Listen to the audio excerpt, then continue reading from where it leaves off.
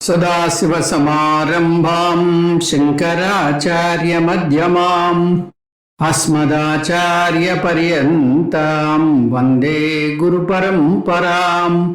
हरिः ओं श्रीगुरुभ्यो नमः। हरिः ओं। మనం తైత్రీయోపనిషత్తులో బ్రహ్మానందవల్లిలో ఉన్నాం. మొదటి అనువాకంలో లక్షణ వాక్యం పరిశీలిస్తున్నాం. అది సత్యం జ్ఞానం అనంతం బ్రహ్మ. ఇందులో పదానికి విశ్లేషణ జరుగుతోంది. బ్రహ్మ అనే పదానికి బ్రహ్మ అంటే కేవల విశేషణం కాదు, ఇది ఒక నామవాచకంగా తీసుకోవాలి. ఎటువంటి నామవాచకం అంటే పెద్దదానికన్నా పెద్దది అనేటటువంటి అర్థాన్ని స్వీకరించాం. అన్నిటికన్నా పెద్దది అంటే దేశకాల వస్తురహితము బ్రహ్మ. దీన్నే అనంతం అంటారని కూడా తెలుసుకున్నాం. ఇప్పుడు సత్యం అనేటటువంటి పదాన్ని పరిశీలిద్దాం. ఈ సత్యం అనేటటువంటి పదాన్ని అర్థం చేసుకునే ముందు అసలు పదాన్ని ఎలాగా విశ్లేషణ చేస్తారో చూద్దాం. ఒక వస్తువు పేరు చెప్పగానే, ఇదిగో ఈ గ్లాసు అని చెప్పగానే మీ మనసులోకి ఆ గ్లాసు అనేటటువంటి ఒక ఆకారం గుర్తుకొస్తుంది.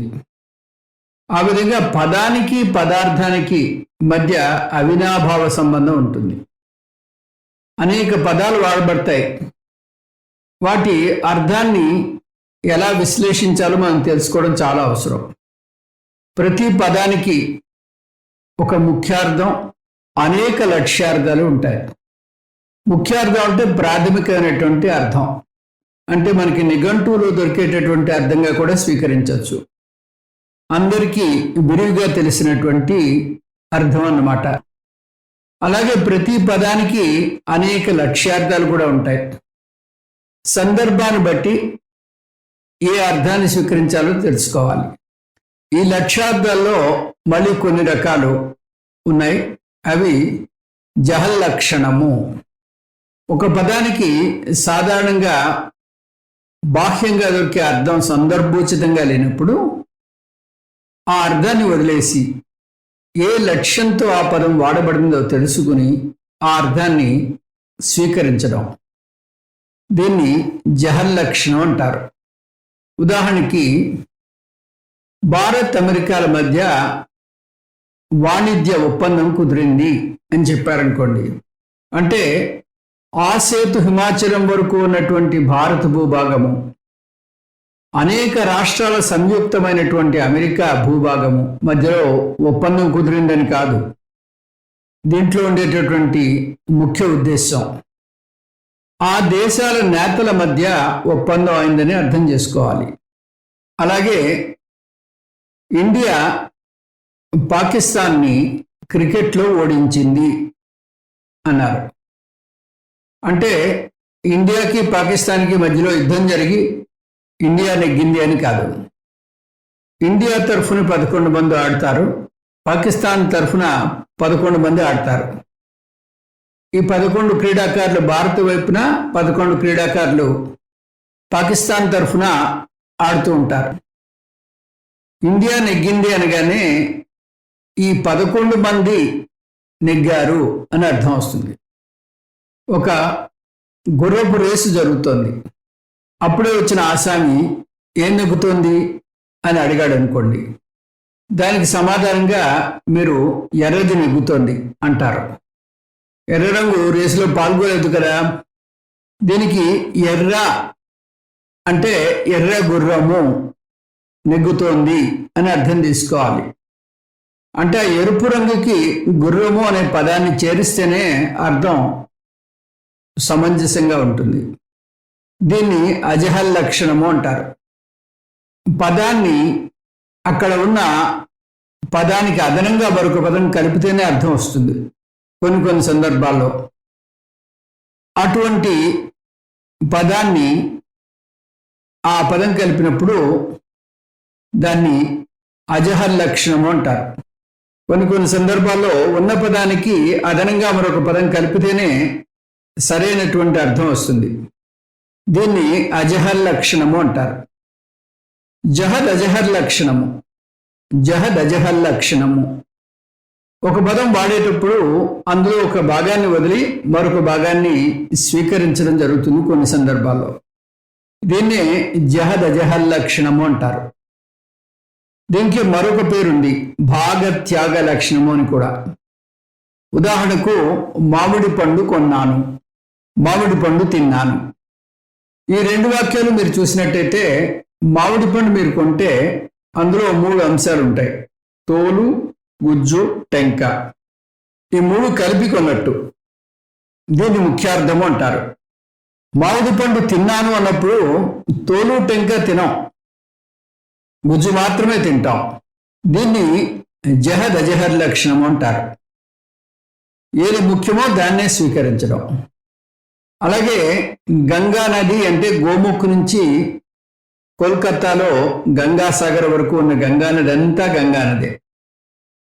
ఇది గంగా నది యొక్క ముఖ్య అర్థం. గంగా నదిలో స్నానం చేశాను అంటే గోముఖ్ నుంచి కోల్కతా గంగాసాగర్ వరకు అన్ని ఘాట్లలోనూ స్నానం చేశానని కాదు. ఏదో ఒక రేవులో, అది ఒక చోట మాత్రమే స్నానం చేశానని అర్థం తీసుకోవాలి. అంటే ముఖ్య అర్థం తీసుకోకుండా జహద్ అజహర్ లక్షణం తీసుకోవడం జరిగింది. దీన్ని భాగత్యాగ లక్షణము అని కూడా అంటారు. ఇప్పుడు ఒక చిన్న అభ్యాసం చేద్దాం. తత్వమసి మహావాక్యాన్ని పరిశీలిద్దాం. తత్ అంటే ఆ పరమాత్ముడు, త్వం అంటే జీవుడు, నువ్వు. ఈ రెండిటికి మధ్య చాలా భేదాలున్నాయి.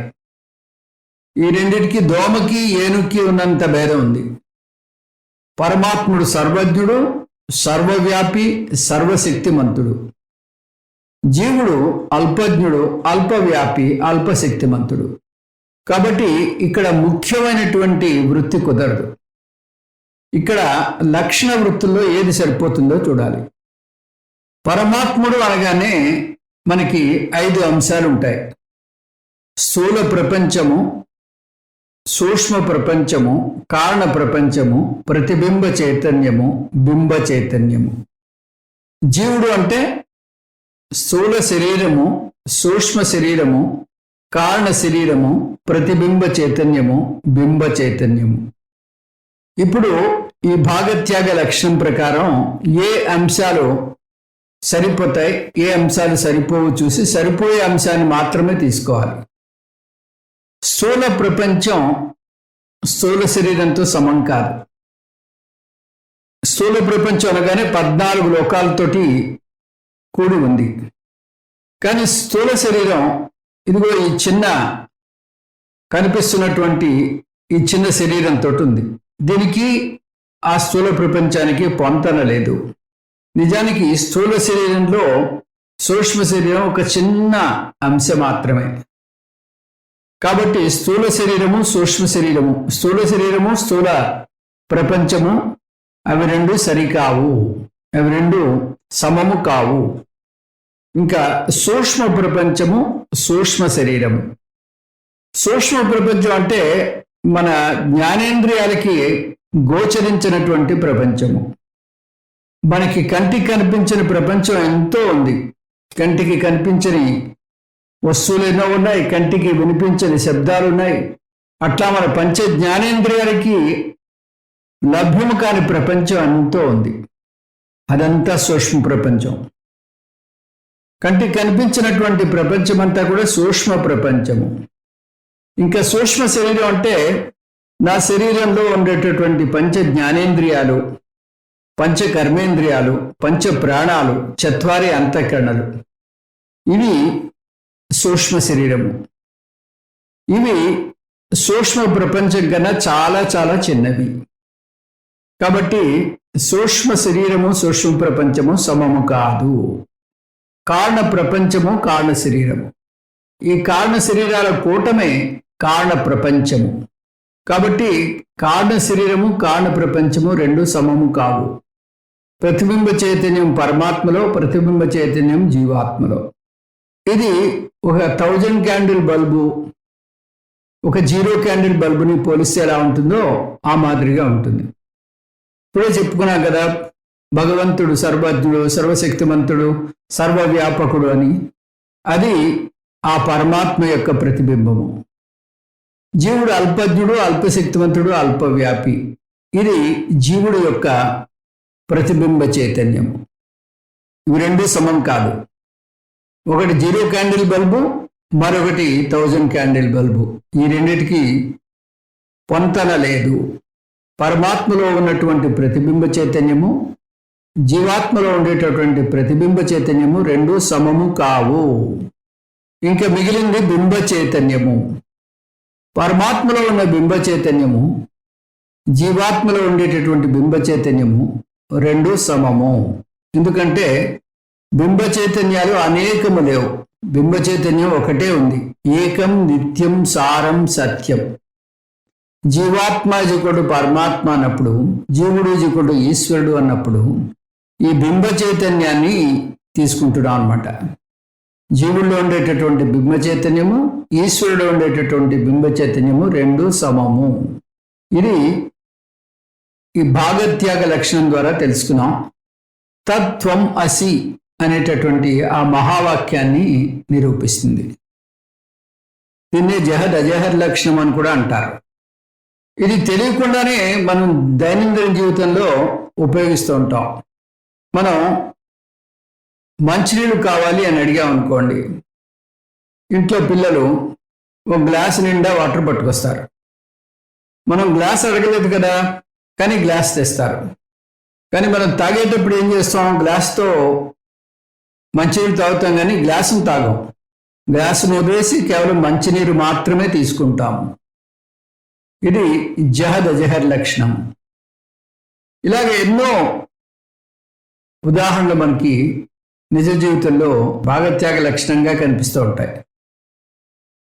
ఇంకా సత్యము అనేటటువంటి పదం ఏంటో చూద్దాం. సత్యం యొక్క వాచ్యార్థం ఉనికి ఉన్న ఏ వస్తువు అయినా కూడా సత్యము.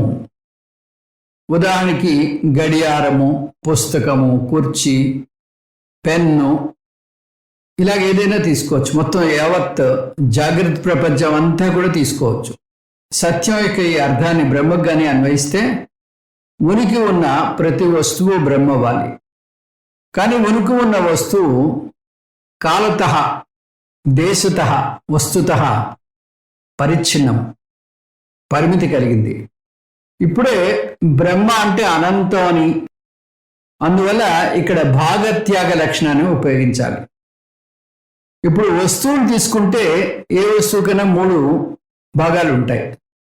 అవి నామం, రూపం, ఉనికి. ఉనికినే సత్తా అని కూడా అంటారు. అంటే ఉనికి ఉన్న పుస్తకము, పుస్తకం నామం, పుస్తకం రూపం, ఉనికి. ఉనికి ఉన్న బల్ల, బల్ల నామం, బల్ల రూపం, ఉనికి. ఇప్పుడు పుస్తకం నామం వేరు, బల్ల నామం వేరు. పుస్తకం రూపం వేరు, బల్ల రూపం వేరు. కానీ ఉనికి మాత్రం ఒకటే, సత్తా మాత్రం ఒకటే. అందుకని ఈ సత్తా అనేదే అసలైనటువంటి లక్ష్యార్థము. మనం మరొక విధంగా అర్థం చేసుకోవాలంటే సత్యం యొక్క వాచ్యార్థం ఉనికి ఉన్న వస్తువు. సత్యం యొక్క వాచ్యార్థం ఉనికి ఉన్న వస్తువు. సత్యం యొక్క లక్ష్యార్థం వస్తువు యొక్క ఉనికి. అందువల్ల సత్యం అంటే నామరూపరహిత సత్తా. నామరూపాల్ని భాగత్యాగం చేస్తున్నాం, సత్తాని చేయకూడదు. ఎందుకంటే సత్తా ఎప్పుడూ ఉండేది, సత్తాన్ని చేయలేం కూడా. ఇది సత్యం యొక్క లక్ష్యార్థము.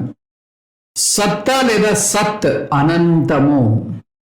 చైతన్యానికి చూపించినటువంటి 5 లక్షణాలు ఈ ఉనికి కూడా మనం చూడవచ్చు. కాకపోతే ఇక్కడ సత్తు పరంగా చూడాలి. సత్తు ఒక వస్తువు యొక్క భాగం కానీ, లక్షణం కానీ, దాని నుంచి ఉత్పత్తి చెందింది కానీ కాదు. సత్తు స్వతంత్రమైనది. అది వస్తువు అంతటా వ్యాపించి ఆ వస్తువు ఉంది అని మనకి తెలియజేస్తుంది. మూడో లక్షణము, సత్తు వస్తువు యొక్క సరిహద్దులకు మాత్రమే పరిమితి కాదు. సత్తు వస్తువుల్లోనూ ఉంటుంది, వస్తువు లేకపోయినా ఉంటుంది. సత్తు వస్తువు నాశనమైతే నాశనం అవదు. వస్తువు పతనానంతరం కూడా సత్తు ఉంటుంది. వస్తువు లేకపోయినా సత్తు ఉంటుంది కానీ తెలియదు. దాన్ని ప్రతిబింబించేటటువంటి మాధ్యమం లేదు కాబట్టి అది తెలియదు. అంత మాత్రాన సత్తు లేనట్టు కాదు. ఈ విషయాన్ని మనం చేయి కాంతి ఉదాహరణతోటి చూసాం. అందువల్ల సత్ అంటే శుద్ధ సత్తు, స్వతంత్రమైన సత్తు, దేశకాల పరిచ్ఛేద రహితమైనటువంటి సత్తు. సత్ అంటే అనంతమైనది, అనంత సత్తా అని అర్థం చేసుకోవాలి. ఇంకా బ్రహ్మ విషయంలో చూసినట్టయితే ఇక్కడ సత్యం విషయం కూడా వస్తుంది. ఎలాగైతే బ్రహ్మ విశేషణం కాదు నామవాచకం అని చెప్పామో, ఇక్కడ కూడా సత్యం విశేషణం కాదు నామవాచకం. అనంతం సత్యం బ్రహ్మ, దేశకాల వస్తు పరిచ్ఛేద రహిత సత్తా. దీన్ని మనము దక్షిణామూర్తి స్తోత్రంలో యస్యైవ స్ఫురణం సదాత్మకమసత్కల్పార్థకం భాసతే అని చూసాం. ఈ విధంగా బ్రహ్మానుభవం ఎప్పుడు మనం పొందుతూనే ఉన్నాం ఉనికి రూపంలో. ఉనికి ఉన్న ప్రతి వస్తువు ఉనికిగా మనకి దర్శనమిస్తూనే ఉంది. ఆ ఉనికే బ్రహ్మ. ఉనికికి ఉదాహరణ మొత్తం జగత్తుని చెప్పవచ్చని చూసాం. అంటే జగత్తంతా సద్రూపంలో బ్రహ్మ మనకి కనిపిస్తున్నాడు. ఇలా ఉనికిని నామవాచకంగా అర్థం చేసుకోవడానికి ఈ వేదాంతాన్ని చాలా సంవత్సరాలు ఒక గురువు దగ్గర శ్రద్ధగా విని జీర్ణం చేసుకోవాలి. అప్పుడే ఇది మీకు అర్థమవుతుంది. ఇక జ్ఞానము చూద్దాం. జ్ఞానం అంటే ఎరుక. ఇంగ్లీష్లో దీన్ని అవేర్నెస్ అంటారు. మనం అనేక వస్తువుల యొక్క ఎరుక పొందుతూ ఉంటాం. ఏ వస్తువు చూసినా దాని ఎరుక మనకి ఉంటుంది. కుండ ఎరుక, బల్ల ఎరుక, మనిషి ఎరుక, అవేర్నెస్ అన్నమాట. ఈ ఎరుక దేని గురించి, ఏదైనా వస్తువు గురించి ఎరుక ఎలా ఏర్పడుతుంది? ఆలోచన ద్వారా. దీన్ని వృత్తి జ్ఞానం అని కూడా అంటారు. ఒక కుండను చూస్తే నాకు కుండ వృత్తి ఏర్పడుతుంది. తద్వారా కుండ జ్ఞానం కలుగుతుంది. అంటే నేను కుండను చూసినప్పుడు దాని ఎరుక నా కళ్ళ ద్వారా నా మనసులో ప్రవేశిస్తుంది. కానీ ఈ ఎరుకకు దేశకాల వస్తు పరిమితులు ఉన్నాయి. కుండ ఎరుకే ఉంటే మనిషి ఎరుక లేదు. అంటే వస్తు పరిమితి ఉంది. ఎరుక వస్తే, ఒక ఎరుక వస్తే ఇంకొక ఎరుక వెళ్ళిపోతుంది. అంటే కాల పరిమితి ఉంది. ఒక వ్యక్తి నేర్చుకుంటే ఆ ఎరుక అతనికి మాత్రమే ఉంటుంది. ఉదాహరణకి నాకు మ్యాథమెటిక్స్ ఎరుక ఉంది, ఇంకొకరికి కెమిస్ట్రీ ఎరుక ఉంది. నాకు కెమిస్ట్రీ ఎరుక లేదు, అతనికి మ్యాథమెటిక్స్ ఎరుక లేదు. ఈ విధంగా ఈ ఎరుకకి కొన్ని పరిమితులు, దేశకాల పరిమితులు ఉన్నాయి. ఇంతకుముందు బ్రహ్మ గురించి ఏం చెప్పుకున్నాం? అనంతం సత్యం బ్రహ్మ అని చెప్పుకున్నాం. అంటే దేశకాల వస్తు పరిచ్ఛేద రహితమైనది సత్తా అని చెప్పాం. అందువల్ల ఇక్కడ ముఖ్యార్థం కుదరదు. అందుకని దీనికి కూడా భాగత్యాగ లక్షణం తీసుకోవాలి. జ్ఞానానికి కూడా 3 అంశాలు ఉంటాయి. అవి నామం, రూపం, ఎరుక. ఈ ఎరుకనే చిత్ అని కూడా అంటారు. ఎరుక ఉన్నటువంటి పుస్తకం, ద బుక్ అవేర్నెస్ అన్నమాట ఇంగ్లీష్లో. ఎరుక ఉన్న పుస్తకము అంటే పుస్తకం నామం, పుస్తకం రూపం, ఎరుక. ఎరుక ఉన్న బల్ల, బల్ల రూపం, బల్ల నామం, ఎరుక. పుస్తకం నామం వేరు, బల్ల నామం వేరు. పుస్తకం రూపం వేరు, బల్ల రూపం వేరు. కానీ ఎరుక మాత్రం సమానమే. ఎరుక రెండిట్లోనూ ఒకటే. ఎరుక అంటే చైతన్యం కదా, ఆ చైతన్యం రెండిట్లోనూ ఒకటే. కాబట్టి ఎరుకగా రెండు లేవు, ఎరుకగా ఒకటే ఉంది. మరో విధంగా చెప్పాలంటే జ్ఞానం యొక్క వాచ్యార్థం ఎరుక ఉన్న వస్తువు, జ్ఞానం యొక్క లక్ష్యార్థం వస్తువు యొక్క ఎరుక. అందుకని జ్ఞానం అంటే నామరూపరహిత చిత్ లేదా చైతన్యము. దీనికే మళ్ళీ 5 లక్షణాలు మనం చూసినట్టయితే చైతన్యం ఒక వస్తువులో భాగం కానీ లక్షణం కానీ దాని నుంచి ఉత్పత్తి అయినది కానీ కాదు. చైతన్యం స్వతంత్రమైనది, అది వస్తువు అంతటా వ్యాపించి ఆ వస్తువుని ప్రకాశింపజేస్తుంది. చైతన్యం వస్తువుల యొక్క సరిహద్దుకు మాత్రమే పరిమితం కాలేదు. చైతన్యం వస్తువు నాశనం అయితే చైతన్యం నాశనం కాదు. వస్తువు పతనానంతరం కూడా చైతన్యం ఉంటుంది. చైతన్యం వస్తువు లేకపోయినా ఉంటుంది, కానీ తెలియదు. దాన్ని ప్రతిబింబచేసే మాధ్యమం లేదు కాబట్టి అది తెలియదు. అంత మాత్రాన్న చైతన్యం లేనట్టు కాదు. అందువల్ల శుద్ధ చిత్, స్వతంత్ర చిత్, దేశకాల పరిచ్ఛేదరహిత చిత్, అదే జ్ఞానము. జ్ఞానం అంటే అనంతం చిత్. బ్రహ్మ విషయంలో చూసినట్టే ఇక్కడ జ్ఞానం విషయంలో కూడా వస్తోంది. ఎలాగైతే బ్రహ్మ ఒక విశేషణం కాదు అని చెప్పుకున్నామో, నామవాచకం చెప్పుకున్నామో, అలాగే ఇక్కడ జ్ఞానం కూడా ఒక విశేషణం కాదు, ఇది ఒక నామవాచకము. అనంతం సత్యం జ్ఞానం బ్రహ్మ, దేశకాల వస్తు పరిచ్ఛేదరహిత శుద్ధ సత్, శుద్ధ చిత్ అని అర్థం చేసుకోవాలి. అనంతం అంటే దేశకాల వస్తు పరిచ్ఛేదరహితము అని అర్థం. సత్యం అంటే నామరూపరహిత సత్, శుద్ధ సత్. జ్ఞానం అంటే నామరూపరహిత చిత్, శుద్ధ చిత్. బ్రహ్మ అంటే దేశకాల వస్తు పరిచ్ఛేదరహిత శుద్ధ సత్, శుద్ధ చిత్. సత్యం జ్ఞానం అనంతం బ్రహ్మ, సత్ చిత్ ఆనందం బ్రహ్మ. ఇక్కడితోటి సత్యం జ్ఞానం అనంతం బ్రహ్మ అనేటటువంటి ఆ వాక్యం యొక్క విశ్లేషణ అయిపోయింది. కథం తస్య వేదనం, ఇటువంటి బ్రహ్మని ఎలా తెలుసుకోవాలి? బ్రహ్మ అనంతము, సర్వవ్యాపకము, అంతటా ఉన్నాడు అని చెప్పుకుంటున్నాం కదా. అంతటా శుద్ధ సత్తుగా ఉన్న బ్రహ్మను మనస్సులో శుద్ధ చిత్తుగా తెలుసుకోవాలి. ఎవరి మనసులో? నా మనసులో ఉన్నది మాత్రమే నాకు తెలుస్తుంది, ఇంకొకరి మనసులో ఉన్నది నాకు తెలియదు. కాబట్టి నా మనసులో నేనే ఆ బ్రహ్మను తెలుసుకోవాలి. గుహాయాం నిహితం బ్రహ్మ వేద. గుహ అంటే మనస్సు, ఆ దహరాకాశంలో. నిహితం అంటే అందులో నిక్షిప్తమై ఉన్నాడు. బ్రహ్మ మన మనస్సులో ఉన్నట్టుగా తెలుసుకోవాలి. ఈ మనసులో ఎక్కడ ఉంది అంటే ఆ హృదయ ఆకాశంలో ఉంది అని శాస్త్రం చెప్తుంది. హృదయే మనః వర్తతే. పరమే వ్యోమన్. పరమే వ్యోమన్ అంటే, వ్యోమన్ అంటే ఆకాశం. పరమే అంటే ఆ పవిత్రమైనటువంటి ఆ హృదయ ఆకాశంలో ఆ బ్రహ్మని తెలుసుకోవాలి. మనస్సు హృదయాకాశంలో ఉంది. సాధారణంగా మనం ఈ మెడికల్ సైన్స్లో మనస్సు అనేది బ్రెయిన్లో ఉంది అని చెప్తాం, కానీ వేదాంతం మాత్రం మనస్సు హృదయంలో ఉంది అంటుంది. కాబట్టి ఈ హృదయాకాశంలో ఆ మనస్సులో బ్రహ్మ ఉన్నాడు, బ్రహ్మ కొలువై ఉన్నాడు. కాబట్టి హృదయం పవిత్రమైనటువంటి గర్భగుడి, గర్భాలయము.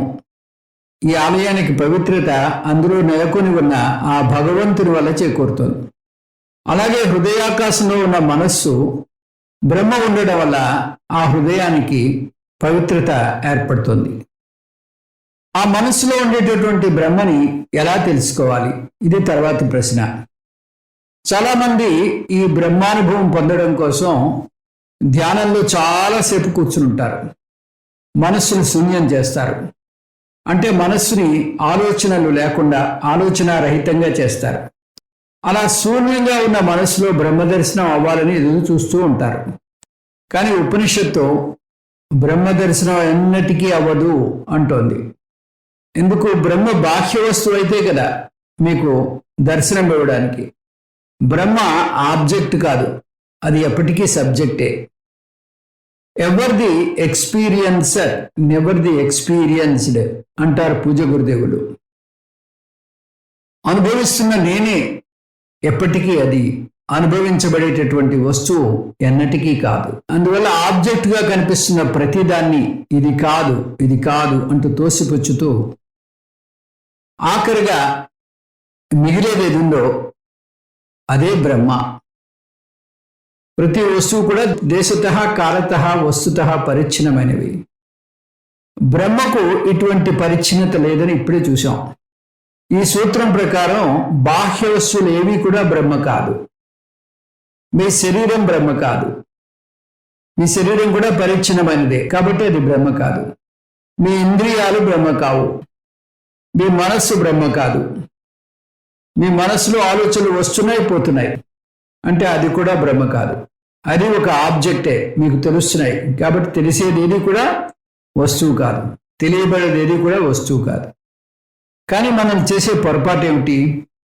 మనస్సు కూడా ఇది కాదు అనుకున్నాక ఆబ్జెక్ట్గా బ్రహ్మ మిగిలి ఉండాలి అనుకుంటాం. బ్రహ్మ కోసం ఇంకా ఎదురు చూస్తూ ఉంటాం. అన్నింటినీ తోసిపుచ్చాక మిగిలేది అనుభవిస్తున్నటువంటి నేనే. అనుభవిస్తున్నటువంటి నేనే ఆ బ్రహ్మని. అనుభవింపబడుతున్నటువంటి వస్తువులు మాత్రం కాదు. నిజానికి మనస్సు శూన్యమైందనడానికి లేదు. ఎందుకంటే ఆ శూన్యాన్ని చూస్తున్నది కూడా నేనే, అంటే చైతన్యాన్ని. ఆ విధంగా సత్యం జ్ఞానం అనంతం బ్రహ్మ, ఆ చైతన్యమైనటువంటి నేను బ్రహ్మను. కా పరప్రాప్తి సోస్నుతే సర్వాన్ కామాన్ సహా బ్రహ్మణా విపశ్చితేతి. సహా అంటే బ్రహ్మజ్ఞాని. బ్రహ్మజ్ఞాని అంటే బ్రహ్మను తెలుసుకున్నటువంటి వ్యక్తి. తనే బ్రహ్మను అని తెలుసుకున్నటువంటి వ్యక్తి బ్రహ్మజ్ఞాని. ఆ నిష్ఠలో ఉన్నటువంటి వ్యక్తి బ్రహ్మజ్ఞాని. అహం బ్రహ్మ అస్మి ఇది జానాతి, ఈ విధంగా తెలుసుకున్నవాడు. సర్వాన్ కామాన్ సహా అస్నుతే. కామహ అంటే ఇక్కడ విషయానందము లేదా అనాత్మ సుఖము. అంటే మనకి ఇక్కడ ఈ లౌకికంగా అనేక రకాలైనటువంటి ఈ సుఖాలు దొరుకుతూ ఉంటాయి. మనకి ఇష్టమైనటువంటి వస్తువుని తింటేనో, ఇష్టమైనటువంటి వస్తువుని చూస్తేనో, లేదా ఇష్టమైన ప్రదేశానికి వెళ్తేనో మనకి సుఖం వస్తుంది. దాన్ని విషయానందము అంటారు. కామహ అంటే ఈ విషయానందము లేదా అనాత్మ సుఖము. ఇటువంటి సుఖాలు అనేకము. మనకి పంచ జ్ఞానేంద్రియాలు ఉన్నాయి. పంచ జ్ఞానేంద్రియాలు 5 ప్రపంచాల్ని, 5 రకాల సుఖాలను మనకి అందిస్తాయి. ఒక విషయ వస్తువును చూస్తున్నప్పుడు దాని సుఖాన్ని మనం అనుభవిస్తాం. ఒక రుచికరమైన ఆహారాన్ని తిన్నా, మంచి సంగీతాన్ని విన్నా, అద్భుతమైనటువంటి ఒక సంఘటన చూసినా మనకు ఆనందం కలుగుతూ ఉంటుంది. దీన్ని విషయానందము అంటుంది ఈ శాస్త్రం. దీన్ని ఇక్కడ ఈ మంత్రంలో కామహ అంటోంది ఉపనిషత్తు. సర్వాన్ కామాన్, బ్రహ్మజ్ఞాని ఇటువంటి అన్ని ఆనందాల్ని పొందుతున్నాడు అంటోంది. ఇది నమ్మలేని విషయం కదా, నమ్మలేని వాక్యంగా అనిపిస్తోంది మనకి. శబ్ద రూపరస గంధాలు మనకి విషయానందాలుగా కనిపిస్తూ ఉంటాయి. అటువంటి ఆనందాలని ఒక్కసారిగా అందుబాటులో ఉండవు. ఒకవేళ ఉన్న భిన్న ఆనందాన్ని ఒక్కసారి అనుభవించలేము. ఇన్ని ఆనందాలని అనుభవించడానికి నిజానికి ఒక్క జీవితకాలం కూడా సరిపోదు. సహా ఇక్కడ పిడుగులాంటి వార్త వేస్తోంది ఉపనిషత్తు. సహా అంటే ఒక్కసారి, ఒకదాని తర్వాత ఒకటి కాదు. బ్రహ్మజ్ఞాని అన్ని ఆనందాల్ని ఒక్కసారి పొందుతాడు అని చాలా గట్టిగా చెప్తోంది. అది కూడా క్రమంగా కాదు అంటోంది. అది ఎలా సాధ్యం? ఉపనిషత్తు చెప్తోంది. ఒక్కసారిగా అంటే బ్రహ్మానందంగా పొందుతాడు బ్రహ్మజ్ఞాని. బ్రహ్మానంద రూపేణ సర్వాన్ విషయానందాన్ ప్రాప్నోతి. బ్రహ్మానందం అంటే పూర్ణానందము. ఆ విధంగా పరిమితి ఉన్న లౌకిక సుఖాలన్నీ అనంతమైన ఆనందంలో పొందుతాడు. బ్రహ్మజ్ఞానం ద్వారా అతను బ్రహ్మానందాన్ని పొందుతాడు, అంటే ఆత్మానందాన్ని పొందుతాడు. ఆత్మానందంలోనే అన్ని విషయాలు వస్తాయి. విషయానందం అంటే ఏమిటి? అది ప్రతిబింబ ఆనందము. బింబానందమే ప్రతిబింబ ఆనందంగా ఏర్పడుతుంది. బ్రహ్మజ్ఞాని అసలైన బింబానందమే తన స్వరూపంగా గుర్తించాక ఈ అశాశ్వతమైన ప్రతిబింబ ఆనందాన్ని ఇంకెందుకు కోరుకుంటాడు? అందువల్ల అన్ని కోరికలు ఒక్కసారి తీరుతాయి అంటోంది శాస్త్రం. అతనికి ఈ విషయానందాల మీద ఉన్న మోజు ఒక్కసారి తీరిపోతుంది. ఈ విషయాన్నే కృష్ణ పరమాత్మ అద్భుతంగా భగవద్గీతలో మనకి తెలియజేశాడు. యావానర్థ ఉదపాని సర్వత సంప్లుతోదకే తావాన్ సర్వేషు వేదేషు బ్రాహ్మణస్య విజానతః. ఒక మంచినీటితో నిండి ఉన్న పెద్ద నది దొరికినటువంటి వ్యక్తి చిన్న చిన్న మడుగుల కోసం వెతకడు. తనకే పెద్ద మంచినీటి నది ఉంది. అటువంటి వ్యక్తికి చిన్న చిన్న మడుగులతో ఏం అవసరం ఉంటుంది? ఆ విధంగా పూర్ణత్వ సిద్ధిని పొందాడు కాబట్టి తనకి ఎటువంటి కొరత లేదు, ఎటువంటి వెలితి లేదు. ఈ వస్తువు ఉంటేనే నాకు ఆనందము అనేటటువంటి నిబద్ధత లేదు.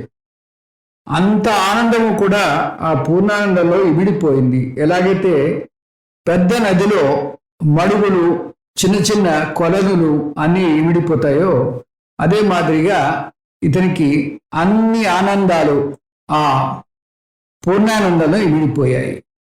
బ్రహ్మానందం లేదా పూర్ణానందం, పూర్ణత్వ సిద్ధి పొందినంత మాత్రాన విషయానందాన్ని పొందుతాడని ఖచ్చితంగా ఎలా చెప్పగలం?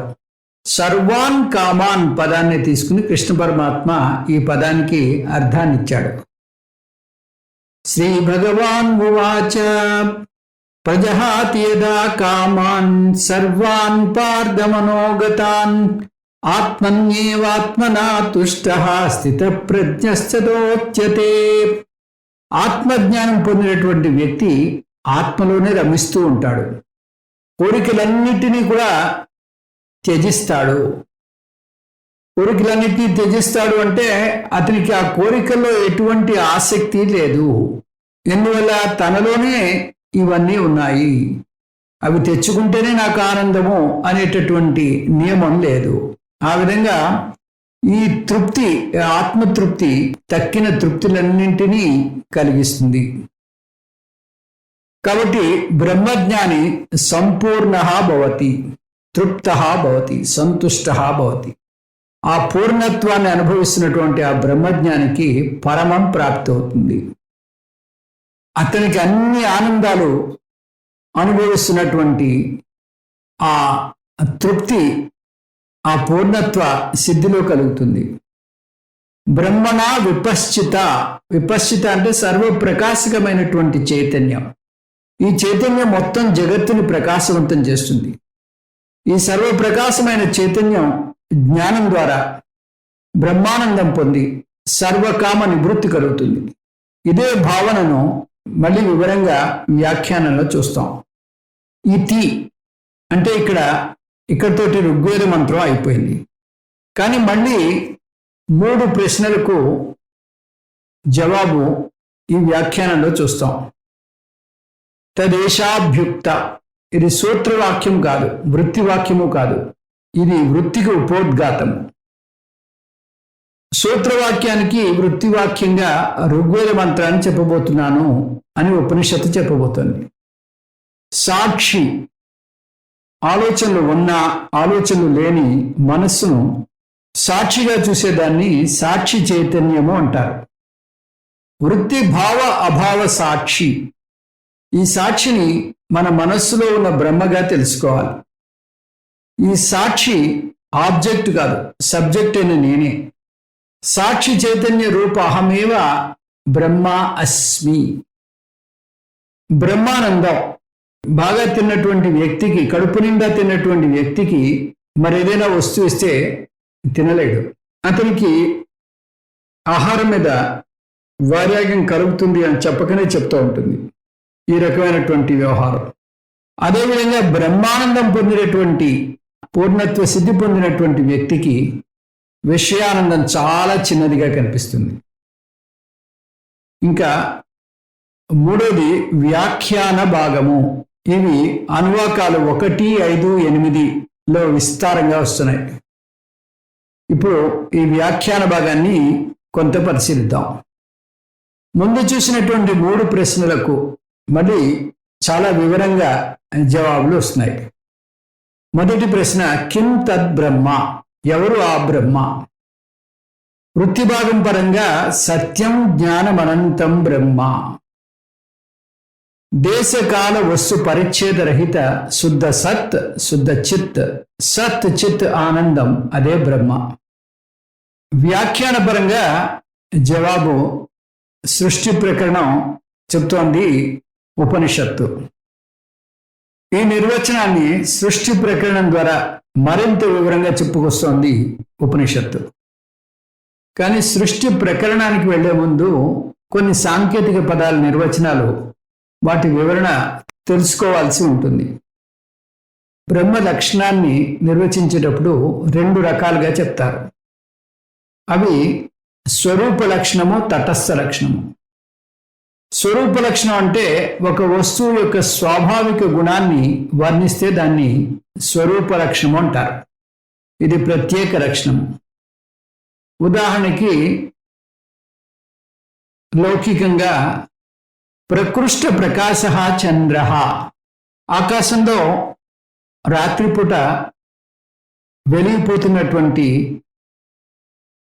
ఆ వస్తువే చందమామ.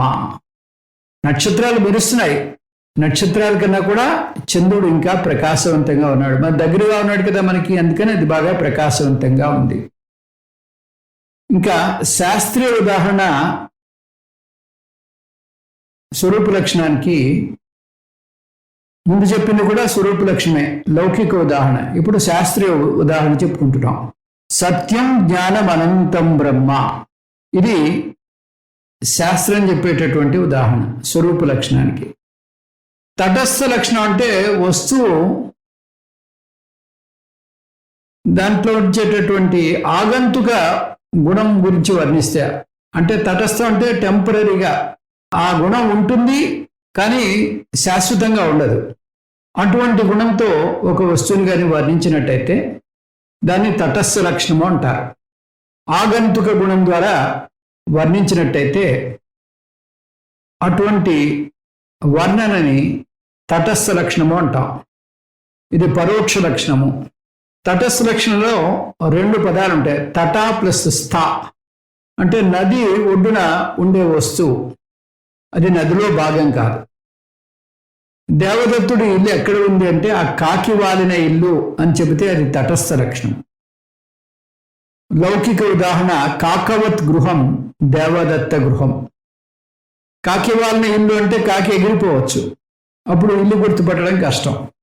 దీన్ని తటస్థ లక్షణము అంటారు. శాస్త్రీయ ఉదాహరణ జగత్కారణం బ్రహ్మ. బ్రహ్మ అంటే జగత్కారణము అని చెప్పడాన్ని తటస్థ లక్షణం అంటారు. కారణం వస్తే అందులో మళ్ళీ 2 పదాలు ఉంటాయి, నిమిత్త కారణము, ఉపాదాన కారణము.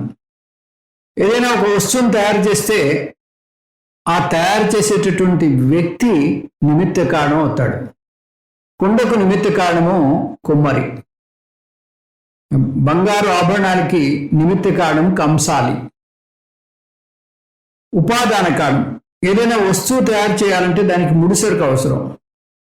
ఆ ముడిసరుకుని ఉపాదాన కారణము అంటాం. ఇప్పుడు ఆభరణాలకి బంగారం ముడిసరుకు, కుండకు మట్టి ముడిసరుకు.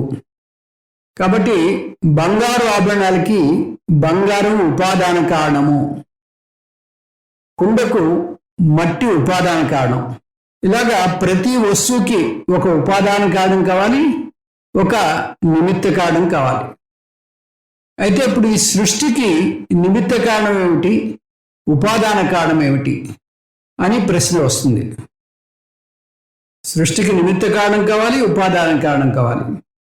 నిమిత్త కారణము ఉపాదాన కారణము రెండు విడిగా ఉన్నట్టయితే ఆ బ్రహ్మ ఏకము సత్యము సారము అనేటటువంటి ఆ ఏకత్వానికి భంగం వాటిల్లుతుంది.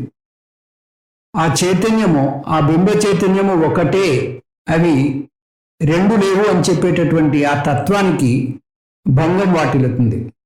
అందుకని శాస్త్రం ఉపాదాన కారణము నిమిత్త కారణము ఒకటే, రెండు లేవు అని చెప్తుంది. యథోర్ననాభి సృజతే గృహ్ణతే చ అంటుంది. ముండకోపనిషత్తులో వస్తుంది ఈ మంత్రం. యథా ఊర్ణనాభి అంటే ఆ సాలెపురుగు ఆ ముడిసరికైనటువంటి ఆ దారాన్ని తన్నించే తీస్తుంది. తన్నించే తీసి ఆ దారం నుంచి ఆ రూఫ్ టాప్ నుంచి మెల్లిగా జారుతూ కిందకు వస్తూ ఉంటుంది. ఆ దారాన్ని ఆధారంగా చేసుకుని మనం దాన్ని పట్టుకోవడానికి ప్రయత్నించామనుకోండి, ఆ దారాన్ని మింగుతూ మళ్ళీ పైకి వెళ్ళిపోతుంది. అంటే ఆ దారాన్ని సృష్టించింది సాలెపురుగే, ఆ దారం కూడా సాలెపురుగే. అంటే ఉపాదాన కారణము సాలెపురుగే, నిమిత్త కారణం కూడా సాలెపురుగే. కాబట్టి రెండు ఆ ఊర్ణనాభి అయ్యాయి. యథా ఊర్ణనాభి సృజతే గృహ్ణతే చ అని మంత్రం చెప్తుంది. అలాగే మనకి గౌడపాదులు చాలా చక్కటి ఉదాహరణ చెప్తారు మాండూక్యోపనిషత్తులో. స్వాప్నికుడు కలకంటాడు. కలకని ఆ కలలో మళ్ళీ స్వప్నదేహంతో తిరుగాడుతూ ఉంటాడు. ఆ స్వప్నంలో ఉండేటటువంటి అనుభవాలు అన్నీ నిజం అనుకుని దానికి అనుగుణంగా స్పందిస్తూ ఉంటాడు. ఒక ఆహ్లాదమైనటువంటి సంఘటన జరిగితే ఎంతో మురిసిపోతాడు, చప్పట్లు కొడతాడు, గంతులు వేస్తూ ఉంటాడు, కేరింతలు కొడతాడు. అదే ఒక భయంకరమైనటువంటి సందర్భం ఏర్పడితే, ఒక పులి తరుగుతుంది అనుకోండి, పరుగులు పెట్టుకుంటూ ఒళ్ళంతా చెమటలు కెక్కేస్తాడు. కానీ అందులో ఏమాత్రం నిజం లేదు. అదంతా కేవలం భ్రాంతిజన్యము, మనోజన్యము.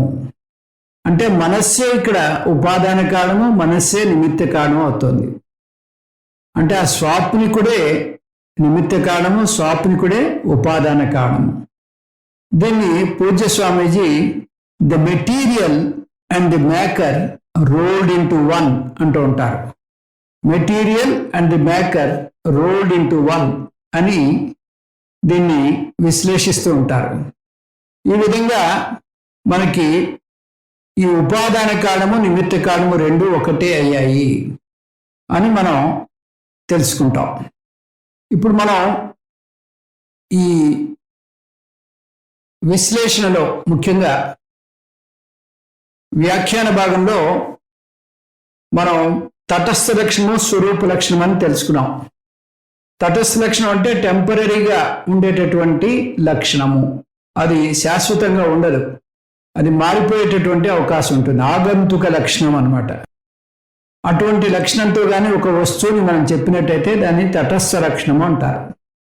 అదే స్వాభావికంగా వస్తువుకున్నట్టయితే అది మారదు, ఆ లక్షణాన్ని స్వరూప లక్షణము అంటారు.